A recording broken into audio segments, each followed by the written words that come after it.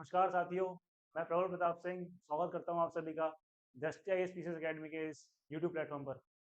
और आज एक बहुत ही पावन दिन है कि आज नवरात्रि का दूसरा दिन है। नवरात्रि कल से शुरू हो गए हैं। आप सभी को हैप्पी नवरात्रि और बहुत बहुत शुभकामनाएं। आगे बढ़ते रहिए, मेहनत करते रहिए और अपनी यूपीएससी जर्नी में आशीर्वाद लेते हुए चलिए, क्योंकि आशीर्वाद की बहुत जरूरत होती है इस जर्नी में। ठीक है, तो हम भी अपनी जो हमारी सीरीज चल रही है ज्योग्राफी की, उसको आगे बढ़ाते हैं। हमने अभी 2 टॉपिक कवर कर लिए थे। ये हमारा तीसरा टॉपिक आया है, मेनली कॉन्टिनेंट्स एंड ओशंस। ठीक है, महासागर और महाद्वीप से रिलेटेड कुछ सम इंपॉर्टेंट फैक्ट्स, कुछ क्वेश्चंस वो डिस्कस करेंगे with the form of MCQ. चलिए तो शुरू करते हैं पहले क्वेश्चन के साथ, बिना देरी के साथ। आप लोगों को वीडियो कैसी लग रही है प्लीज़ कमेंट्स में जरूर बताते रहा करिए, उससे हमें फीडबैक मिलता है तो एक अच्छा रिस्पॉन्स आता है, हमारा आपस में कम्युनिकेशन रहेगा तो मैं आपको बेटर अंडरस्टैंड कर पाऊंगा। आप भी मुझे अपना अपना फीडबैक बता सकते हैं कि आपको क्या डाउट लग रहा है, क्या सही या क्या गलत, जो महसूस आप कर रहे हैं वो आप खुल के बता सकते हैं। ठीक है, उसको हम बेटर करने का बिल्कुल प्रयास करेंगे। चलिए तो पहला question, which water body covers N area of 1,55,58,000 square kilometre and makes up only 4.3% of the global ocean. मतलब ऐसा कौन सा इनमें से महासागर है जो कि 1,55,58,000 स्क्वायर किलोमीटर का क्षेत्र को कवर करता है और सिर्फ 4.3% बनाता है। ठीक है, तो ये सबसे छोटा है हमारा, इसका नाम है आर्कटिक ओशन। आर्टिक सबसे स्मॉलेस्ट है ये, स्मॉलेस्ट ओशंस। ठीक है ना, हमारे कितने ओशन है बताइए आप लोग, कितने कॉन्टिनेंट है हमारे पास? अभी इनके नाम कहीं ना कहीं क्वेश्चन के मीडियम के थ्रू माध्यम से आ ही जाएंगे, तो मैं एंड में फिर से बता दूंगा। चलिए next question, which is the largest continent shelf in the world. ठीक है, इनमें से कौन सी सबसे बड़ी महाद्वीपीय शेल्फ है? ठीक है, शेल्फ, शेल्फ क्या होता है समझ लो थोड़ा सा, कि जैसे कि मान लो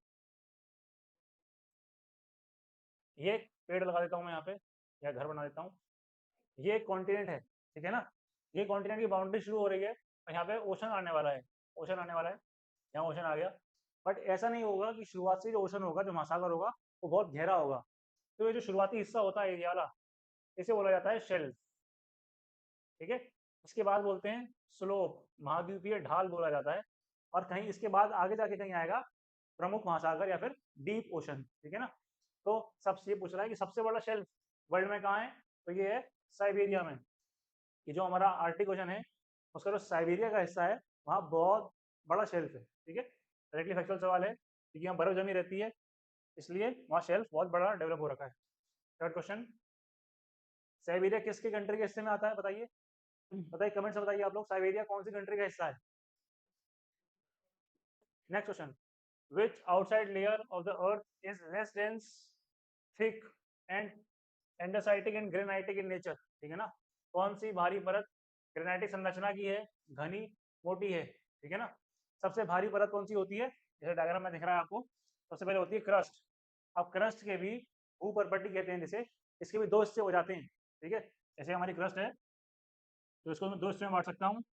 एक होती है ओशन वाली, सॉरी एक हो जाती है ये वाली, इधर ओशन बना देता हूँ, ये ऊपर पानी है जैसे, ये ओशन है क्रस्ट, और ये कॉन्टिनेंटल पूरा महाद्वीप है, पेड़ लगा हुआ है ये। ठीक है, एक भूपरपट्टी भूपरपट्टी जो कि समुद्र के नीचे होगी, और एक जो पूरा हमारा स्थल जहाँ हम रहते हैं। ठीक है ना, तो ये यहाँ पे मोटी भी होती है थोड़ी सी। ठीक है, और बहुत ज़्यादा डेंस होती है, मतलब डेंस भी होती है, बहुत ज़्यादा भी नहीं, हल्की डेंस भी होती है। बट इससे डेंस होती है अंदर की जो लेयर्स है हमारी, मतलब मेंटल वगैरह पे जाओगे तो थोड़ी और डेंस मिलेंगी। तो इसका आंसर हो जाएगा हमारा, क्या हो जाएगा इसका आंसर? इसका आंसर है कॉन्टिनेंटल क्रस्ट। मतलब क्यों ओशन क्रस्ट क्यों नहीं चुना? क्योंकि इसने बोला थोड़ी मोटी की बात करिए। अब इन दोनों में से भी, कॉन्टिनेंट और ओशनिक क्रस्ट में से भी, जो हमारी कॉन्टिनेंटल क्रस्ट है वो थोड़ी ज़्यादा थिक रहती है, इसलिए हमने इसको चुना है। ठीक है ना, इसमें लिखा भी है कॉन्टिनेंटल क्रस्ट किससे बनी होती है? ग्रेनाइट से। ग्रेनाइट मेनली वो रॉक है जो लावा से बनता है, लावा जब बाहर आके ठंडा होता है तो ग्रेनाइटिक रॉक मिलता है, इसलिए जो हमारा कॉन्टिनेंटल क्रस्ट बना हुआ है तो किस प्रकार का है? ग्रेनाइटिक टाइप का। नेक्स्ट क्वेश्चन, आगे बढ़ते हैं। Which is the fourth largest water body in the world? है ना, फोर्थ लार्जेस्ट पूछ रहा है, फोर्थ बजाय चौथा सबसे बड़ा, और जिसको किसने रिकॉग्नाइज किया है? US board on geographic names. तो सीधी बात है, चौथा सबसे बड़ा महासागर पूछ रहा है, तो पता होगा मेरे हिसाब से आंसर है इसका सदर्न ओशन। ठीक है, सदर्न ओशन। अब देखो ऑर्डर बता देता हूँ, ऑर्डर वैसे पता है आपको। सबसे बड़ा पैसिफिक, इतना पता ही होना चाहिए। उसके बाद आता है एटलांटिक, उसके बाद आएगा हमारा इंडियन हिंद महासागर, फिर आएगा सदर्न, और फिर आएगा आर्कटिक। ठीक है, सदर्न वही है जो अटलांटिक के पास है, अटलांटिक महासागर ही बोल सकते हैं, कहीं कहीं लिखा होता है, या फिर सदर्न बोलते हैं उसे, दक्षिणी महासागर। ठीक है, तो चौथे नंबर पे दक्षिणी महासागर। अगला question, which sea is the north west part of the Indian Ocean and that covers total area of लगभग 14,91,000 स्क्वायर माइल्स। ठीक है ना, किसके बारे में पूछ रहा है? ये पूछ रहा है मतलब हमारा जो हिंद महासागर है, ये हमारा इंडिया बना देता हूँ मैं। तो सर इसके नीचे क्या होगा? हिंद महासागर। तो नॉर्थ वेस्ट पार्ट वाली पूछ रहा है, यहाँ पे कौन सा सागर है हमारा? दैट इज अरेबियन सी। ठीक है ना, कैस्पियन सी बहुत दूर है यहाँ से, मिड एशिया में है ऊपर जाके। ठीक, कैरेबियन सी एकदम हमें कहाँ मिलेगी? कैरेबियन सी ये आपको मिलेगी अटलांटिक ओशन में। मेडिटेरियन सी आपको मिलेगी, ये भी अटलांटिक का हिस्सा है बट मिलेगी यूरोप में। ठीक है, यूरोप। अभी से क्वेश्चन आएगा, देखते हैं। Next question, identify the factor that does not affect the salinity of the soil. इनमें से ऐसा कौन सा कारक है जो महासागर की लवणता को प्रभावित नहीं करता है? नहीं कह रहा है भाई, नहीं। ठीक है ना, नॉट। देखो भाई, पहला option, type of marine organism found in water body. अब किस प्रकार का जीव, जलीय जीव मिल रहा है, इससे प्रभावित होती है कि नहीं? पहला ऑप्शन ये है। दूसरा, रेट ऑफ इवेपोरेशन प्रेसिपिटेशन, वाष्पीकरण और वर्षा की दर से। तीसरा ऑप्शन, पवन, विंड। और चौथा, amount of fresh water flowing. देखो भाई, अब ये ऑप्शन तो बिल्कुल गलत है। अगर फ्रेश वाटर आप मिलाओगे महासागर में तो उसका सॉलिनिटी कम हो जाएगी, लवणता कम हो जाएगी। ठीक है ना, तो ये गलत हो गया।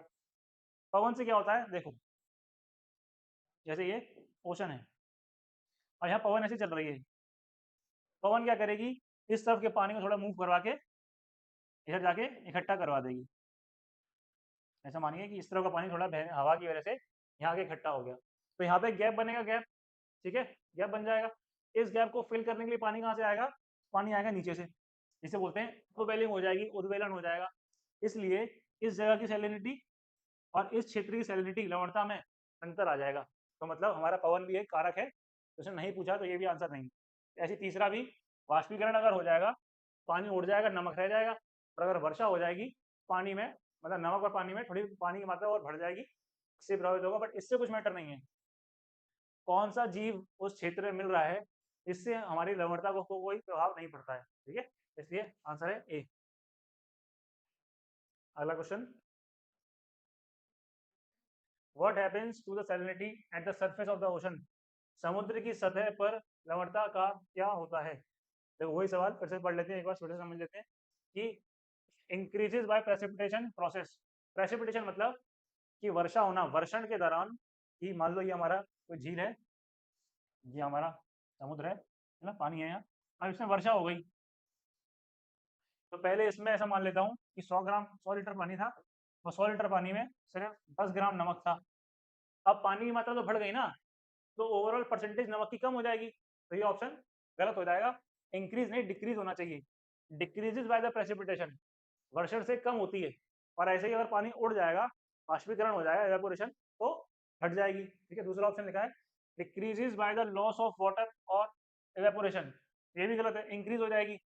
अगर वाष्पीकरण हो जा तो बढ़ जाएगी लवणता। तीसरा ऑप्शन जो है, increases by the loss of water to ice और इवेपोरेशन, तो यही है ठीक आंसर, कि यदि पानी वाष्पीकृत हो जाएगा तो उस क्षेत्र में, उस पानी में पाई जाने वाली सैलिनिटी, लवणता की मात्रा अधिक हो जाएगी। चलिए अगले सवाल की तरफ बढ़ते हैं। और ये फैक्ट देख लो भाई कि एवरेज एवरेज की सी वाटर की सैलिनिटी कितनी रहती है? तो ये रहती है 33 ग्राम। ठीक है ना, और इसको ऐसे लिखा जाता है 35 पार्ट्स पर 1000, क्योंकि हम 1 लीटर पानी में, है ना, 1 लीटर मतलब 1000, उसमें कितने ग्राम है उससे नापते हैं। परसेंटेज के साथ में एक और जीरो लगा देते हैं, तो ये परसेंटेज 100 का होता है, तो ये 2 जीरो 1000 के हो जाएंगे। ठीक है, चलिए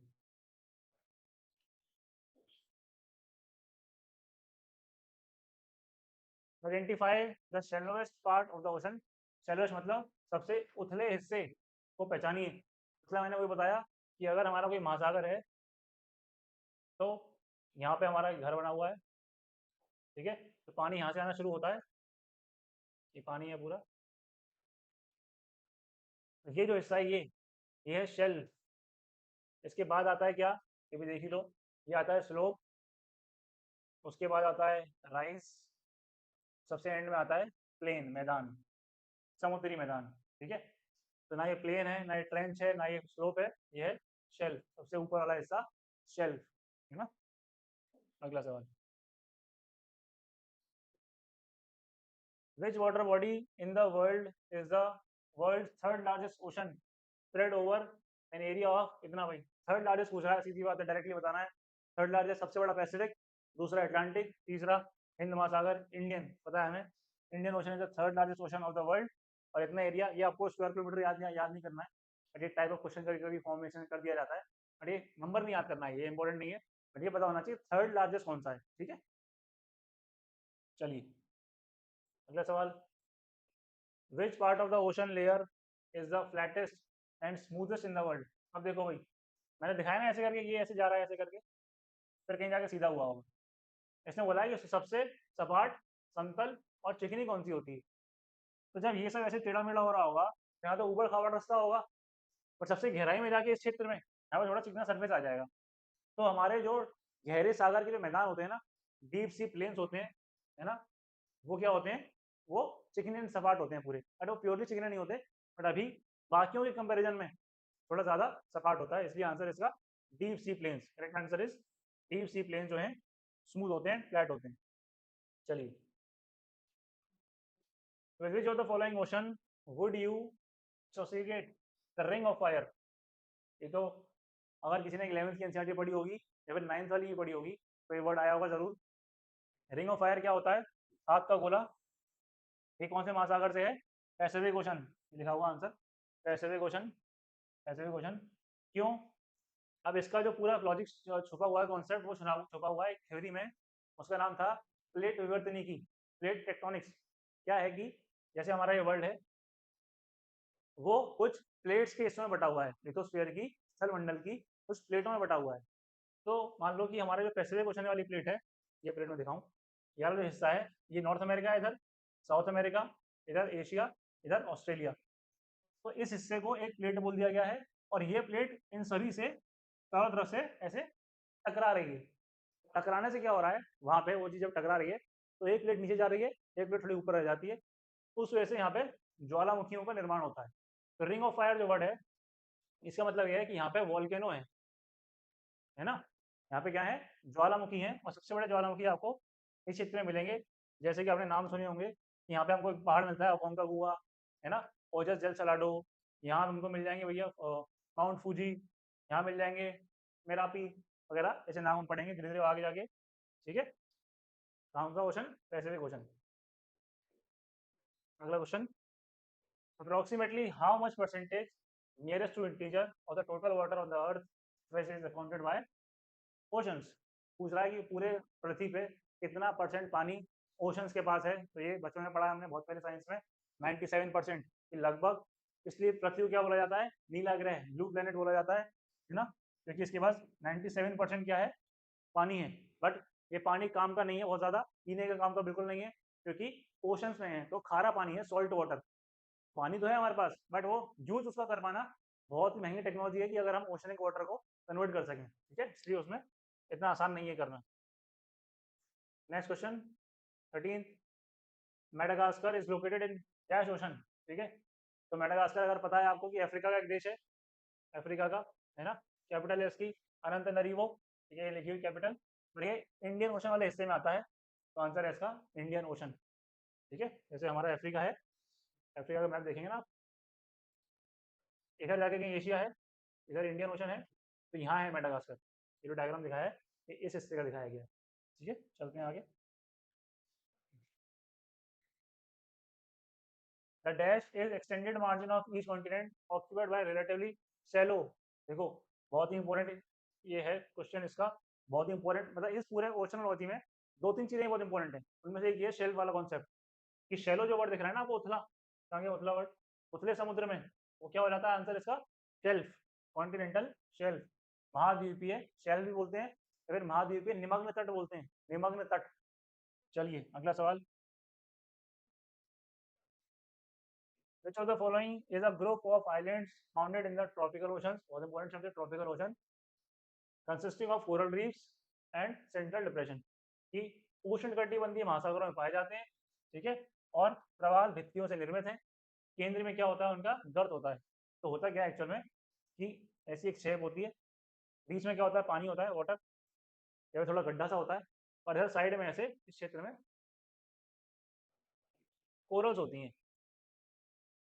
अब कोरल्स क्या होती हैं ये हम पढ़ेंगे बाद में, बट कभी आपने मालदीव्स की अगर टूरिज्म की वो देखी हो ना, कोई ऐप वगैरह देखा हो, फोटो देखी हो, तो कभी कभी आपने देखा होगा एक हाउसेज होते हैं, तो सी हाउसेज, वो एकदम समुद्र में आके घर बना देते हैं, तो बीच में उसके पानी होता है, तो वो जो होता है नीचे उनके समुद्र पे जो घर बना हुआ, किस पे टिका हुआ है? लकड़ी का हाउस, वुड हाउस, वो टिका हुआ है कोरल्स पे। तो ये होता है, इन्हें बोला जाता है एटोल्स। इस शेप को एटोल बोलते हैं। एक प्रकार के द्वीप हैं जो किससे बने हुए हैं? प्रवाल भित्तियों से, कोरल रीफ्स से, ठीक है।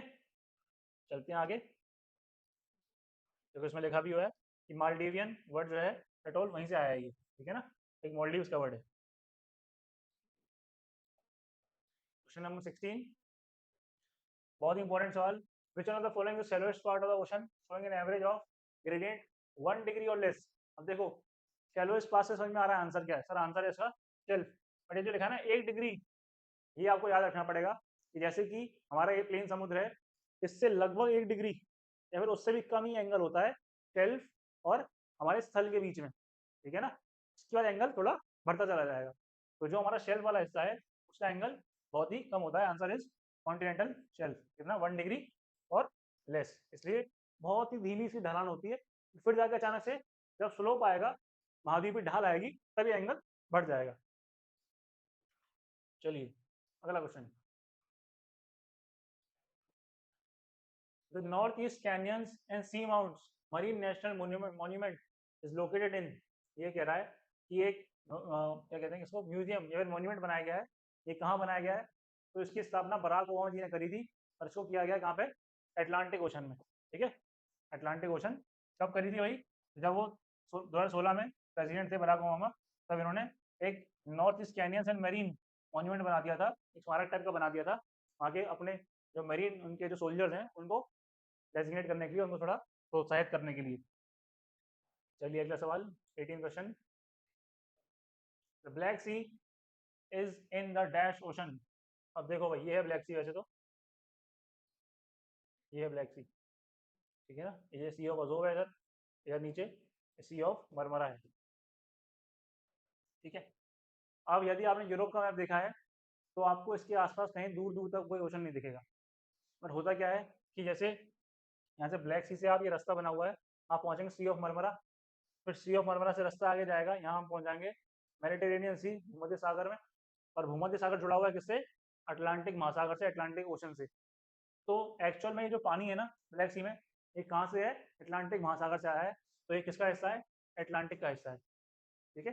कभी कभी ऐसे सवाल आ जाते हैं, बिल्कुल आ जाते हैं, क्योंकि वो सी जो सागर है, छोटा सागर, बहुत दूर होता है, उसका स्रोत जैसे उसका महासागर है वो थोड़ा उससे बहुत दूर सा दिख रहा होता है, ठीक है, इसलिए लिखा हुआ है कि अटलांटिक ओशन का हिस्सा है। चलिए आगे,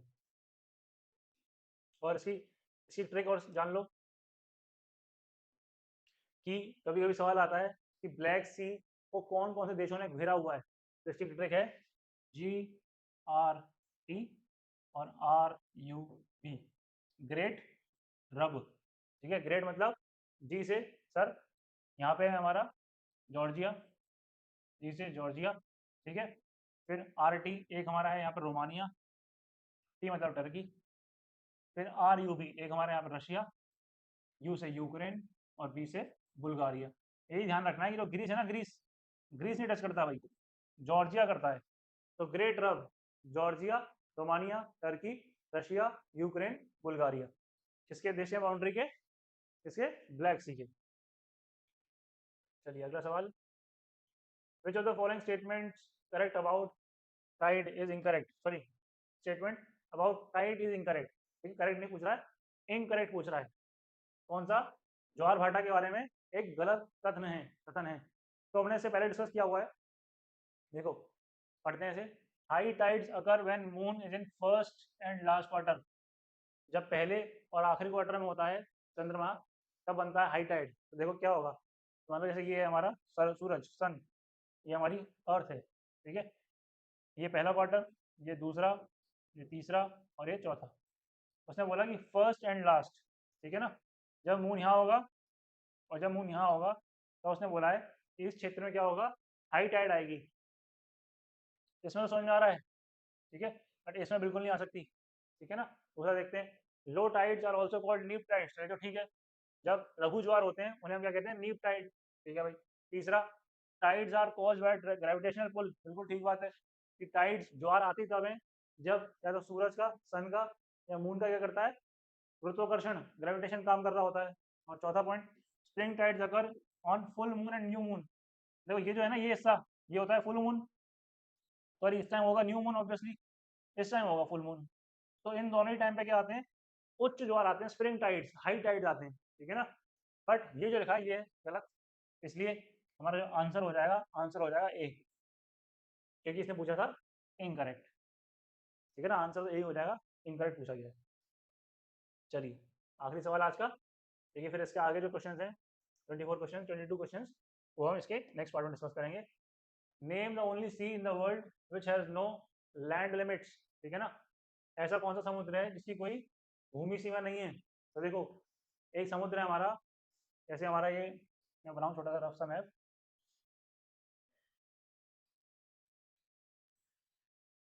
ये नॉर्थ अमेरिका है, ये इधर साउथ अमेरिका है।